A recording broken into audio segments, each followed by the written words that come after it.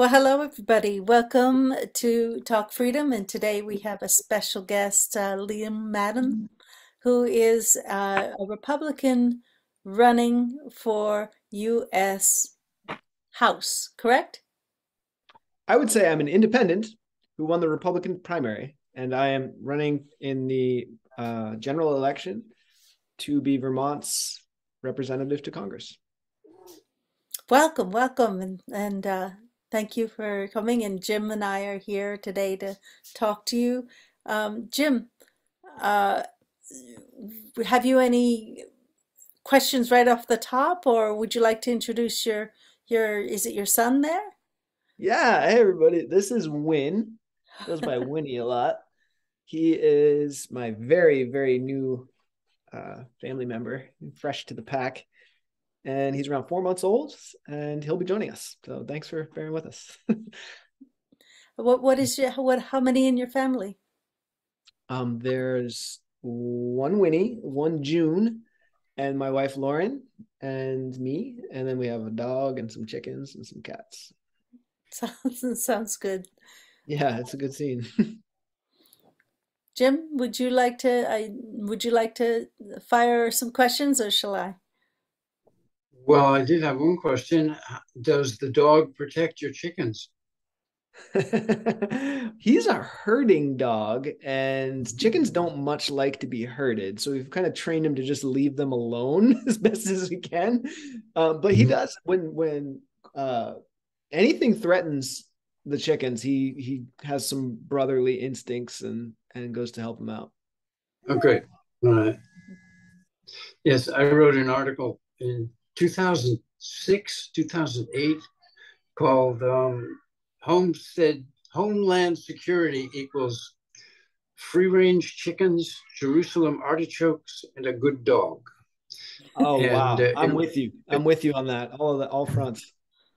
it was very funny, and it got republished in several different places. And so I'm always curious how other people manage to keep their chickens alive and safe from predators. And the dog is usually the best all around defense.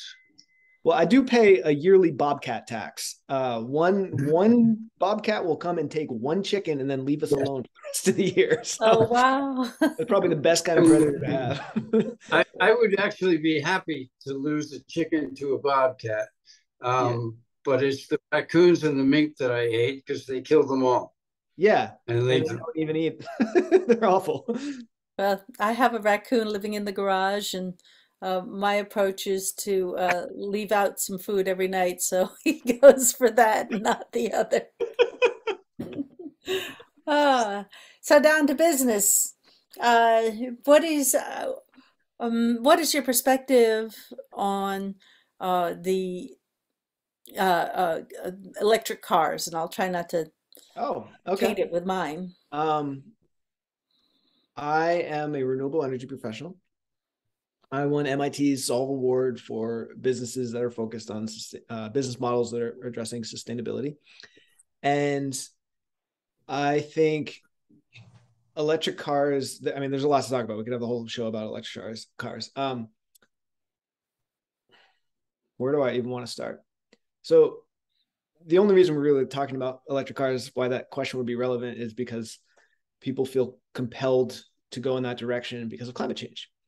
And I think climate change is a risk, but it is not the type of risk that should compel us to be overwhelmed with fear and to throw all rationality out the window and to like suffocate our economy with overzealous regulation, which is also a risk. Ultimately, I do think fossil fuels are a finite resource and that we need to transition to new sources of energy. And that would entail uh, some electrification of transportation, but more so, I would support public transportation. Electric vehicles also have a really high embodied energy cost, and that embodied energy cost does eventually pay for itself, assuming that the electricity is sourced from I mean, I guess it depends on what you're quantifying, but assuming that carbon is the metric, they'll eventually pay for themselves as if you're sourcing from nuclear or renewables, which most aren't. But in the short term, it actually takes, I don't know, some depends on the car, but like 10 years to pay for itself in terms of the carbon footprint or the Yeah. energy. Do So I think that,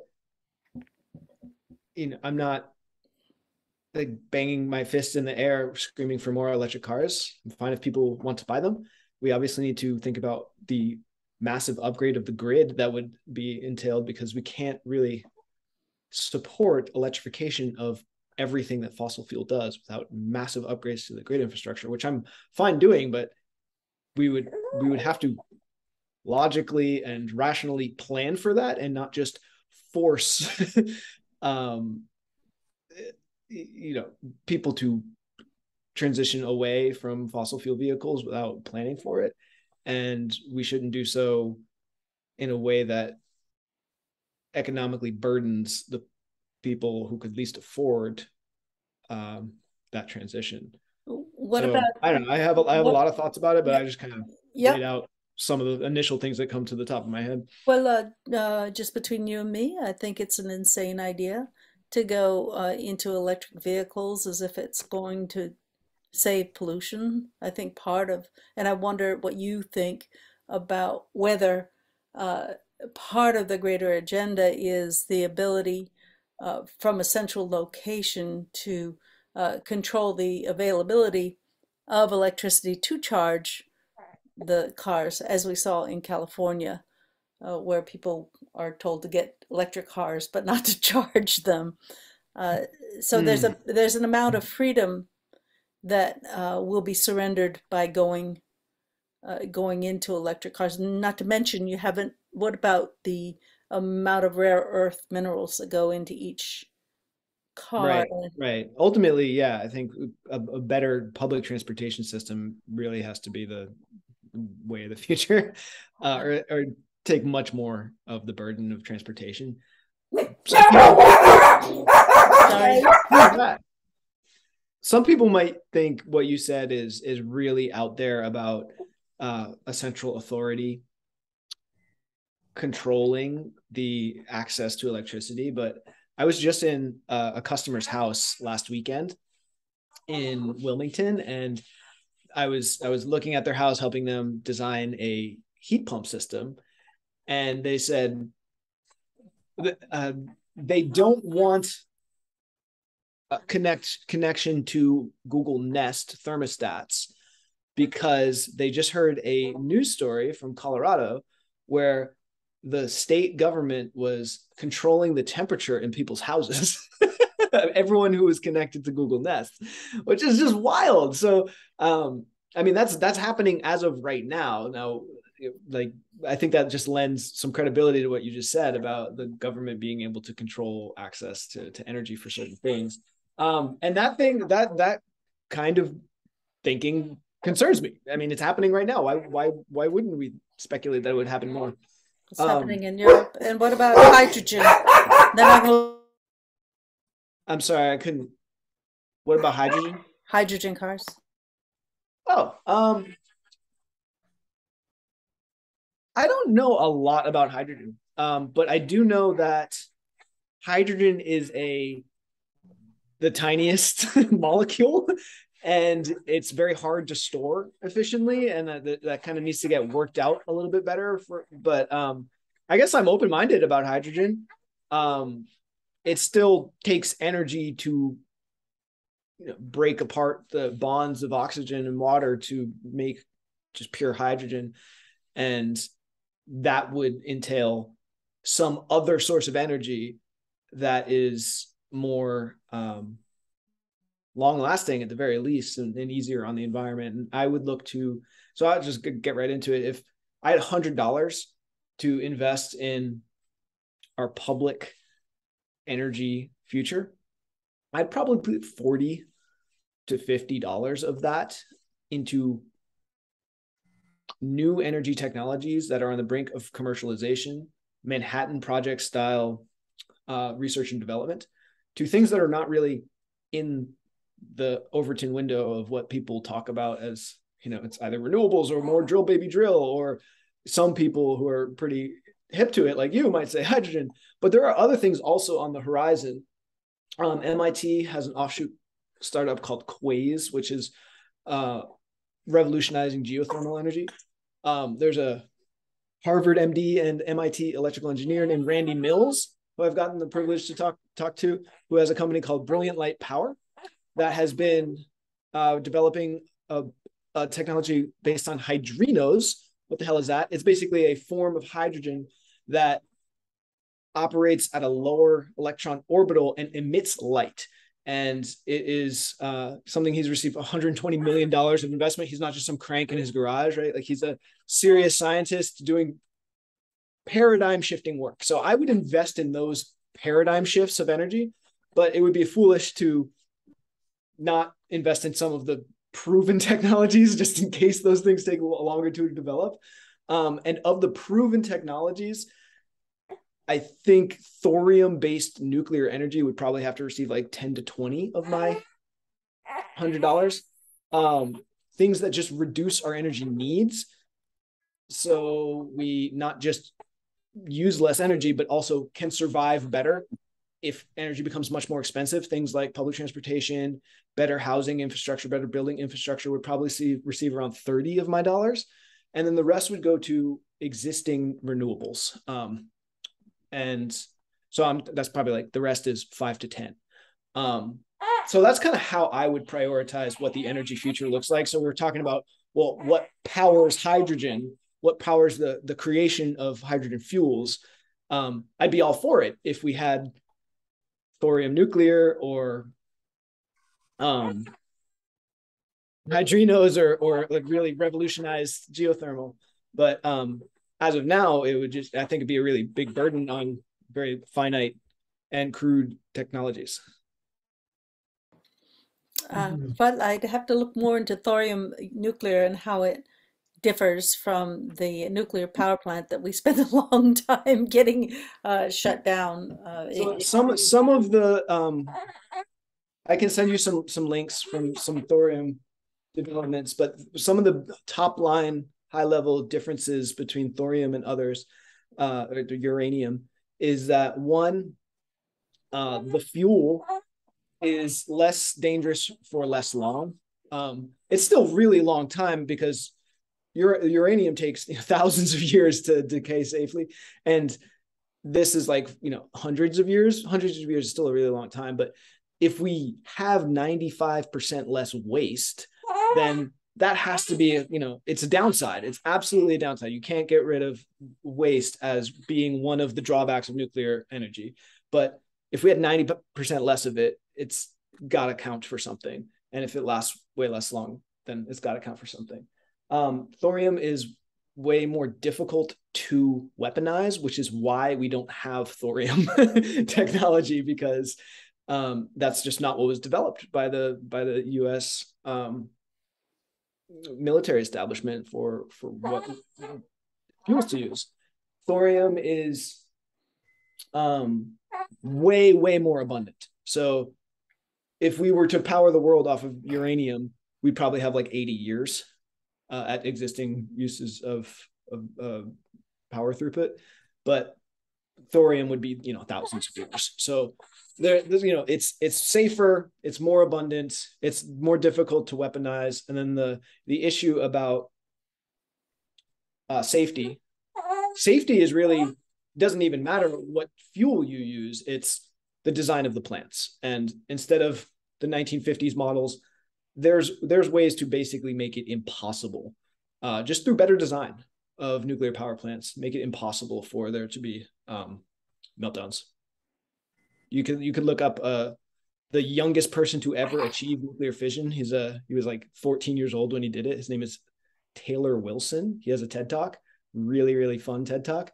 And he talks a bit about how you could design nuclear power plants to just have, if you like built them into the ground and had just certain levels of, a meltdown started, it would melt some metal that poured water and earth over the entire core, it's just make it impossible for a meltdown to happen. So between a safer fuel source, a more abundant fuel source, and just smarter design, nuclear could be a much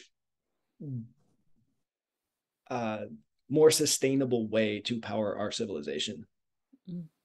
Okay, I'm gonna give Jim a chance to ask his favorite queries. Thank you, Liam. I had none lined up. I just wanted to listen, and you did say something most interesting. You said that one of the reasons that thorium had not been pursued is because you can't weaponize it. Or you didn't quite say it that way, but I'm saying it that way, that a product that you cannot weaponize is harder to get the central banks and investors interested in it because they like the collateral advantage of being able to sell it to the military. It's a much safer investment to them. So to come up with something that doesn't do really awful things is not usually a good way to make money. So I'm suggesting that that Wall Street is not as interested in thorium simply because you cannot weaponize it, and that could you be. don't have to respond to that. That could be. Well, there are a lot of things that are precedent setting for that opinion. I mean, I'm not just making that up out of thin air. There are a lot of benefits financially to a company that has that can weaponize whatever it is it's doing. The pharmaceutical industry is a good example where nobody realizes. Most people don't realize that that's part of what big pharma can do, but it indeed is part of what big pharma can do. And so it's very helpful to a company to be able to slaughter people with whatever it is that they happen to be making.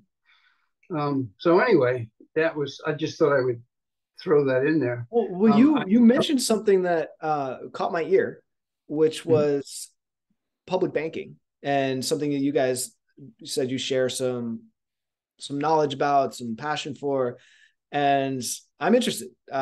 Tell me what you know. What's exciting to you about public banking? How does it work? Well, I was I guess you'd call it the chairman of the original group that was interested in public banking. I was the first person to testify in Montpelier on behalf of public banking so many years ago that I can't remember. And I am, or was, as far as I know, I still am, the public banking representative for the state of Vermont. We kind of did everything we could. We were undermined by the treasurer and one of the senators who was a liberal. Can we just can we back up and let's talk about what were you hoping to achieve with public banking, and why do you think public banking was okay to do it? Can I give them the low and dirty? Yeah, Jim, the quick and dirty. Well, yes, public banking has been a wonder for the one state that got involved with it. That's North Dakota. They have been in the black financially and successfully ever since they really got it moving. And they first formed a public bank, I believe, in 1919, after the Progressive Populist Party took over. But then they didn't really do anything with it for quite a long time. So anyway, it's in it's going full steam ahead now. And there are many advantages to public banking. I'll just mention the first and obvious one to me, which is that it enriches the state. It circulates money back through the state instead of borrowing money from Wall Street and any other entity that you care to think of by basically creating the money within the state and having the insurance industry take part and the entire banking industry, of course, taking part, and farmers, and having it measured carefully. In other words, the Bank of North Dakota has very strict rules for the use of the money from that bank. And that's another thing that has kept it in the black so successfully. So, but number one, that the people of the state benefit from it because of the money getting plowed back into the state for education, farming, in particular, and other useful, profitable endeavors. Can I add a couple things to that?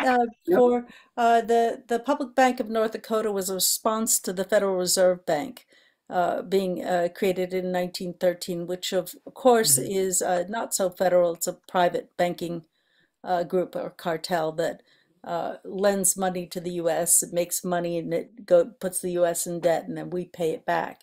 So the only state that had the proper response was North Dakota, and it created its own, in essence, mini Federal Reserve.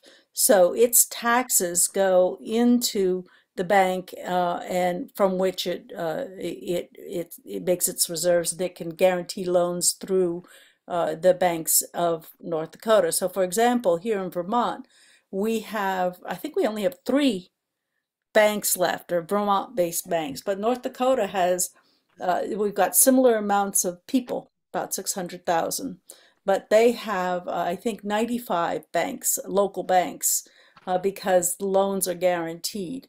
And they're insulated from the greater economy because they have control over their loan policy. The legislature can dictate, they can say what they're loaning for, which in Vermont we're subject to whatever the private banking wishes are that we can do. And I don't know if we've changed, but we've been, as the state of Vermont, we've been a customer of TD Bank North, which is horrendously hypocritical of Vermont because TD Bank North has been the primary investor in tar sands.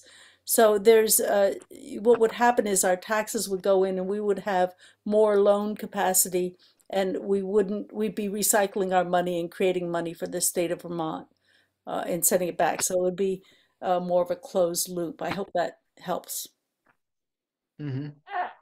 Thank you. Mm-hmm. So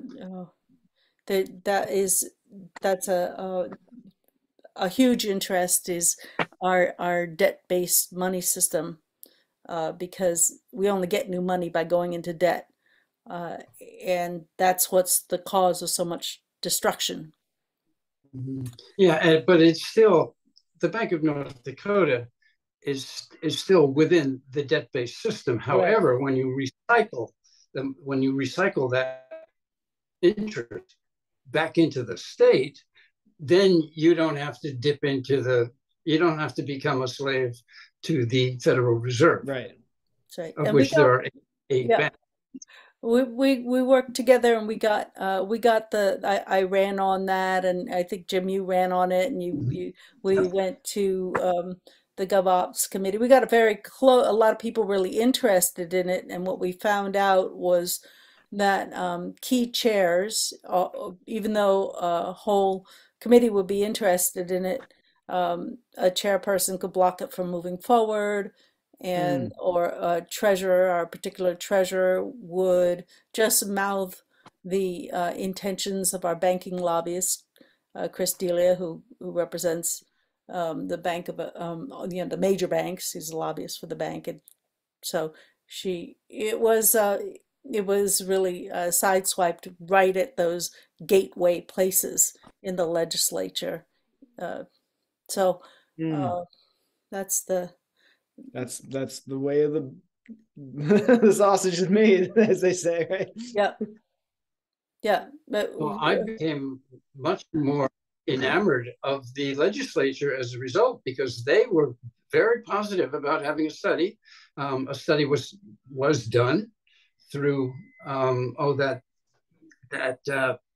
I can't think of the name of it. Anyway, the study was done. Gary Flomanoff was in charge of it, and it showed the benefit to Vermont big time. And I Oh, so think they did the study, and then the chairs of the committee said, nah.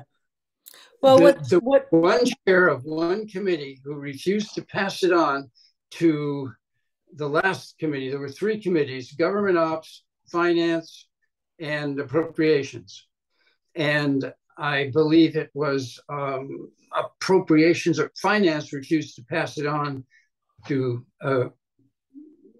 government to appropriate. appropriations. I thought it Yeah, was the GovOps, but because what no, happened was is Chris Delia, I mean, and Beth Pierce came in and she stated that if we got a public bank, that our AAA bond rating would be at risk, which was absolutely untrue. Our AAA bond rating is based on, you know, whether we're paying up to date with our obligations. Right. But she scared everybody. And then what they did is they did a sort of a sidestep and they took like 10% of our, I think it was 300 million or whatever it was that we had, and put it into Vita to put out short-term loans. So it Vita could have become a bank and should have gotten a license, but it just stopped short of that. So they just sort of squirreled around. yeah. And we were supposed to be thrilled that we had a major victory, which was called 10% for Vermont. That's what the thing was called. And the person who was running Vita, whom I met with and know, her ignorance about banking was jaw-dropping. I mean, she had no idea what banks do, and she said that this was the state bank for Vermont, and it had no resemblance to a bank. It borrowed all the money that it had. Mm-hmm. That's not what banks do. Banks don't, banks don't borrow the money they have. They create money based on loans. And this woman actually thought that Vita was a bank. And so that hurt our efforts, because when she found out what banks actually do, she seemed to get cold feet about the whole idea. The whole idea went right over her head because she didn't realize how beneficial that kind of thing was to the state of Vermont. So I don't know if you guys caught the most recent debate Vermont Digger did with the congressional candidates, and every candidate was given the opportunity to ask other candidates a question, and my question for Becca Ballant was, how is money created? And she didn't know, I bet. She really fumbled through it. And I think, I didn't really have the opportunity to follow up on it, but I think she got it wrong. Yeah. Well, I see Becca Balint is very dangerous to our freedoms, and I wonder, it's a concern that there's three of you in the race for me. I'm not quite sure what I can do about it. I saw your letter showing a path to winning, and I think you've done some excellent letters. And how do you feel about your prospects? Or well, in the primaries, for much of the primaries, I thought my prospects were like 25%. And then a couple weeks before the actual election day, I saw that I was within 1 point of the lead, and I thought I probably have like a 45% chance of winning. So at this stage, with no polling as of yet, although I am working on some internal polling, I think I'm probably at like a 35 to 40% chance right now. I showed you that math of, I think I can get 75% of Republicans. I think I can get the vast number of independents and people who vote both ways, which there's a large amount of in Vermont. And I think I can get, and if I get around 20% of Democrats, then I can win. I think that's doable. And I think that would come as a shock to a lot of the Vermont politicers and media establishment.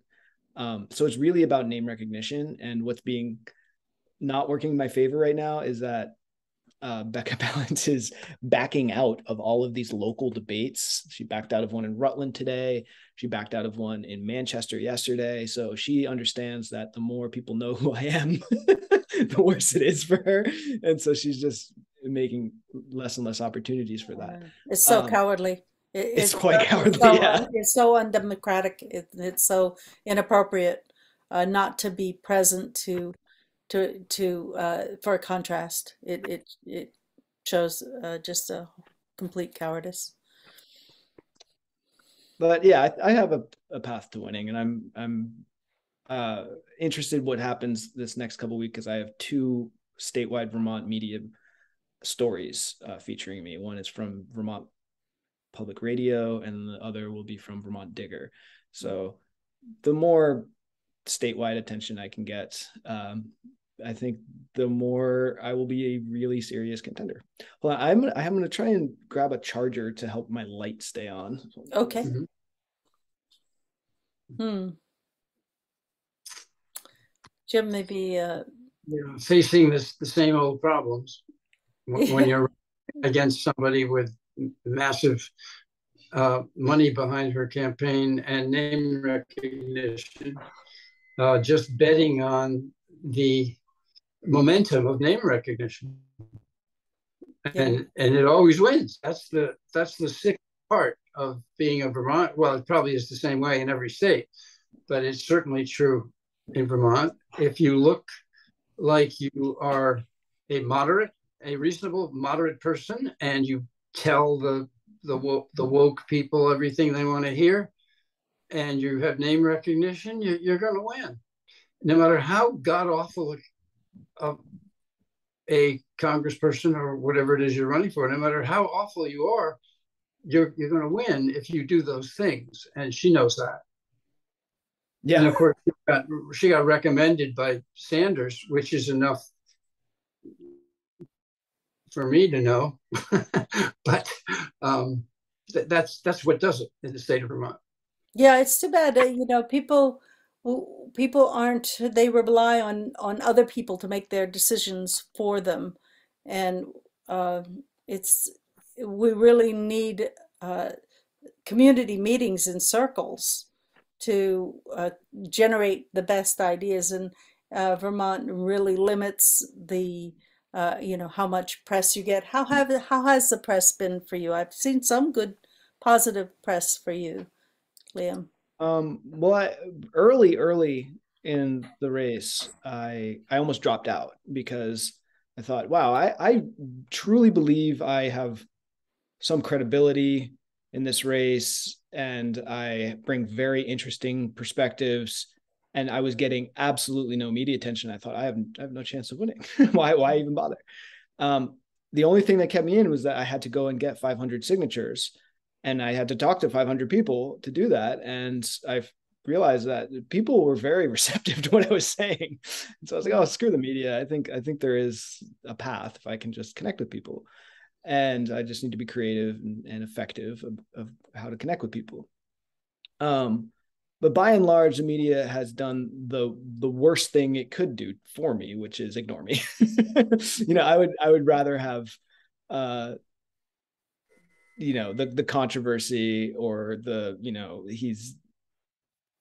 big thing is that I am an independent who won the Republican primary, and everyone who's deeply kind of Trump conservative is outraged by that. And then on the other side, everyone who's the mirror image of that on the Democratic side is, I've gotten so many emails and messages saying, I would vote for you, but you have that label Republican. Like I'm in the proximity of Republican, and it's like, it does the label that mean that much to people? It's just insane to me. Yeah. I mean, have you been talking to a lot of people? I mean, that whole problem of how much hatred is being generated by, I think it's the press and propaganda. Are you speaking about how we need to have this tolerance for views? Is that, are you, Well, I you think know, as an independent, you clearly need to be able to express that you share values with both sides. And so, yeah, I think, if you had a circle right here and a light shined on it, over there on the wall behind me, it would look like, there was a circle on the wall. If I turned it and looked at it from another perspective, and it was actually a cylinder, right? And it was from this angle straight on, that light would show that there's a rectangle on the wall. You need to be able to change perspective, to take someone's other person's perspective temporarily, to really even understand that there's mm-hmm. a different reality. The cylinder existed all along, never the rectangle or the circle. So it's not even about just like tolerating other people so that we can get along and not be at each other's throat. To me, it's like you can't solve problems well. You have a completely distorted view of reality if you don't at least change the perspective to truly see it from someone else's viewpoint. And you mentioned something earlier I wanted to touch on, the circles, community circles. I love that idea. I love the idea of like not really even forming a path forward until you've seen it from multiple, around the circle, from every degree of it, and to be able to do that in a community instead of doing it in this isolated, I'm behind a screen in my echo chamber of whatever media confirms my biases. I love that idea. Can you talk a bit more about it? I've run for governor numbers of times. Never as the third time I had some momentum, but I was completely blocked. So I saw how it was rigged. But I think it was maybe the third time. So I've run like 5 times. Wow. And just on point policies, to educate people about point policies. But one of those runs was, each one was different. Has a different flavor to it. And one of them, around the state, different organizations were having these circles. And they'd be like, 30, 40, or 50 people sitting around, and there'd be some principals of a nonprofit, and there'd be these different candidates that would show up. And it was really excellent, because people were brainstorming, and you could instantly see the leadership within the circle, whether they were candidates or not, by how they handled things, how they thought, and it was a really productive way for the community to develop the goals and to be in contact and be participants of the process. So yeah, I enjoyed that run in particular. I remember that I never ran in order to win. I always ran in order to bring up certain important points that no one else had the guts to touch upon, even though they were crucial to our democracy. 9/11 truth was one of them. Independence for Vermont was another one. Nobody in the race would touch either of those. And then the last time I ran on opening up the state. When I was in debates and when I was given the opportunity to speak, I said I believe that the protocols are bogus and unfair, stupid. And of course, it turned out that I was right, but it didn't matter, because the entire, most of the population in the state of Vermont was in such lockstep with the governor's protocols, Republicans and Democrats, that somebody calling to open up the state and end the lockdowns and take off the masks was a voice in the wilderness. And now that's what we have. Yeah, but Jim, in 2020, they shut down. They, used to be able to write letters, used to be able to comment, put comments. You used to be able to write in front porch forum. They shut down every single opening that conversations could have. So they just silenced the dissent and the also the science. So it was very. that's why it was so good that I got to run, because when they had to let me into a debate, they couldn't shut me up when I said stuff like that, and it made perfect sense. And had I had a voice that was covered by the media, would have been a different story. Mm-hmm. Mm-hmm. Yeah, I would say the response to COVID was a very important motivator for me running as well. I was pretty appalled, and I noticed that too, Emily, that it was no use to write a letter to the editor to any Mm-hmm. of Vermont's newspapers, Mm-hmm. because their policy was whatever the government tells us is the truth, which is just shocking to me. Mm-hmm. Yeah, and then Front Porch Forum admitted that they were almost proud of it. That if it's against the recommendations of the CDC, you are not allowed a voice on Front Porch Forum, even. If you were having a meeting or whatever. Yeah, I got shut out. You were. Yeah. Mm-hmm. And as you're saying now, it's like now all of those policies have been walked back. To be fair, also the disease has mutated to be way, way safer. But it's also true that the CDC director just said she got her 5th booster shot today or yesterday. Like, it turned out that we wackadoos that were saying, hey, maybe we shouldn't mandate this brand new technology that's been studied for 8 weeks.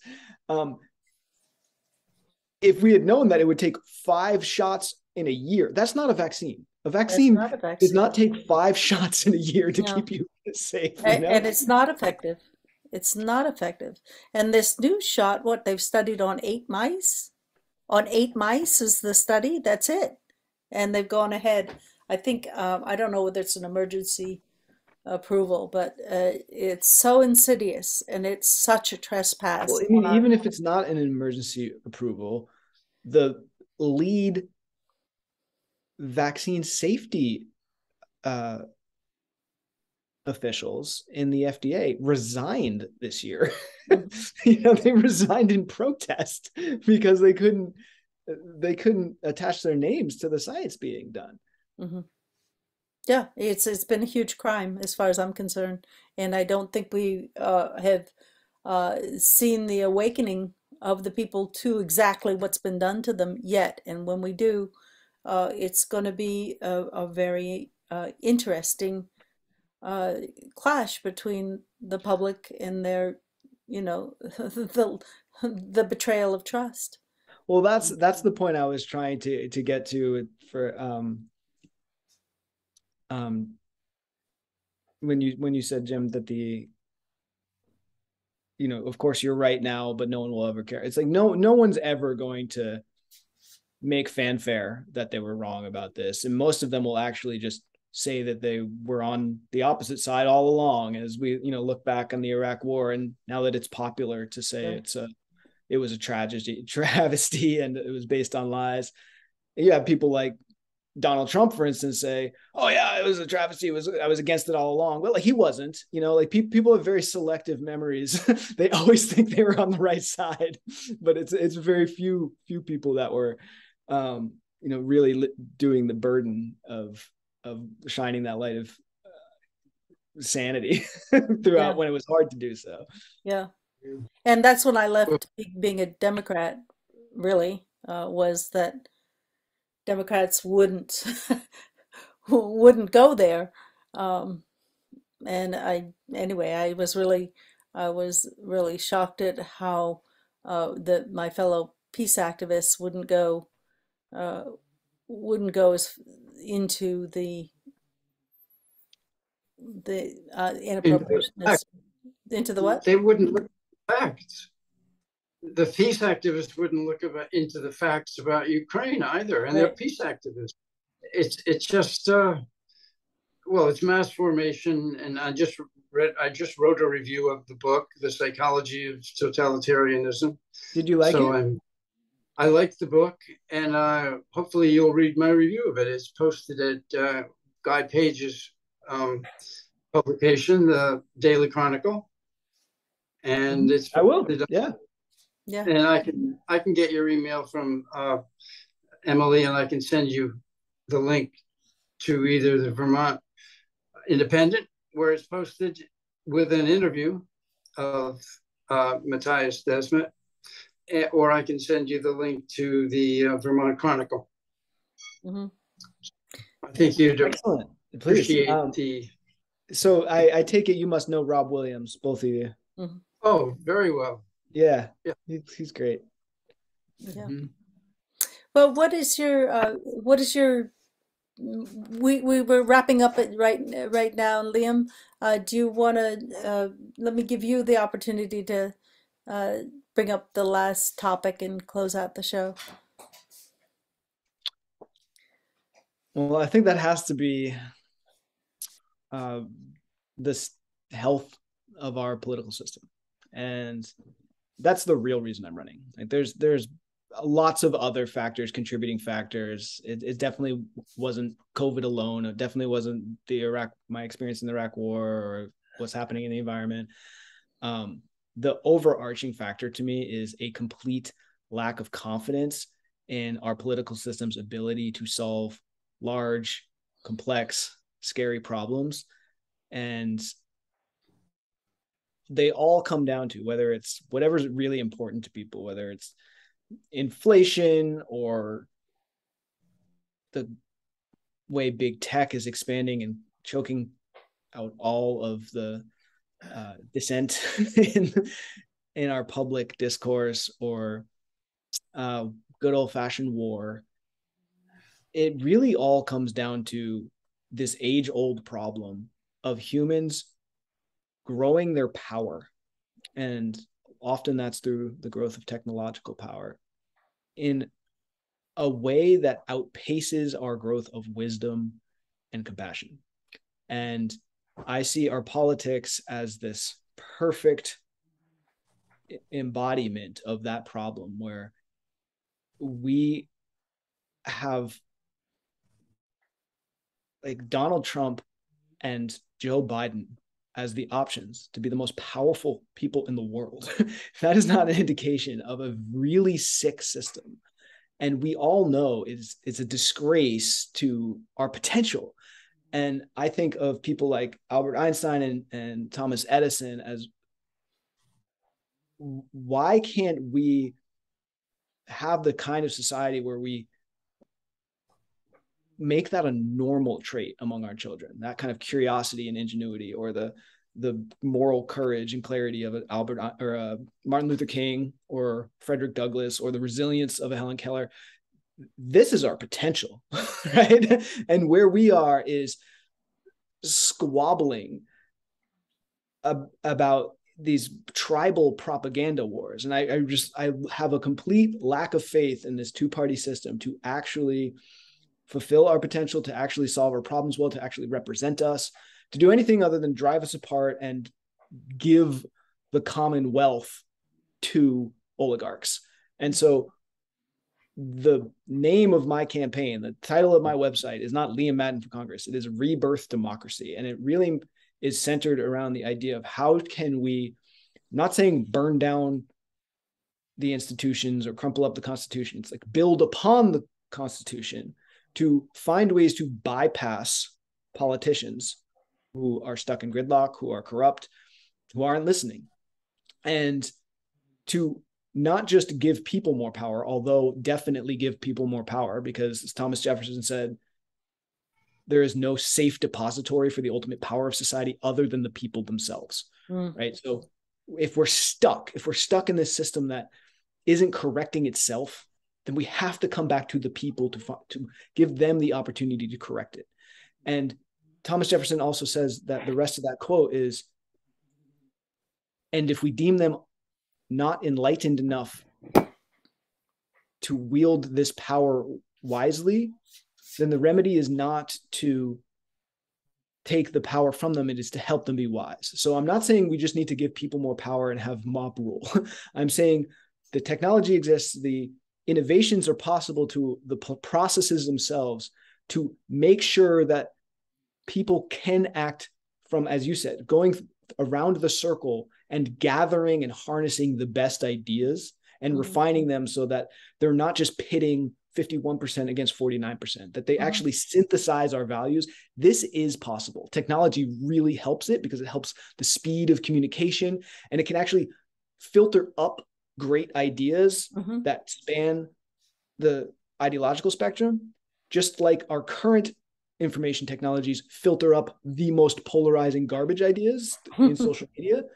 The same technology can be pointed in the opposite direction. And this could be what helps technology, or what helps free, open societies have the upper hand in the 21st century, because this technology will be used either by authoritarian, totalitarian governments overseas that are unaccountable to the people, or it will be used by unaccountable technology companies and oligarchs here at home. So the only future that is actually free and open and democratic is if we can find a way to use that same kind of information sharing and kind of values synthesizing, that kind of bringing the best from us technology that does exist, and putting that in service to humanity and this planet. So I think that's the issue I'm running on, is rebirthing democracy and ensuring that we're not just changing the face in Washington over and over and over. That's the definition of sanity, but we're changing the rules of the game. And that's what I want to help us do as Vermont's representative in Congress.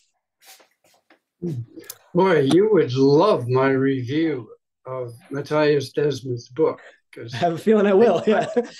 I talk about the quelching and the squandering of our creativity through mass formation and totalitarianism, and that with that birth, with that rebirth of democracy, people have more fulfilling lives instead of dumbed down.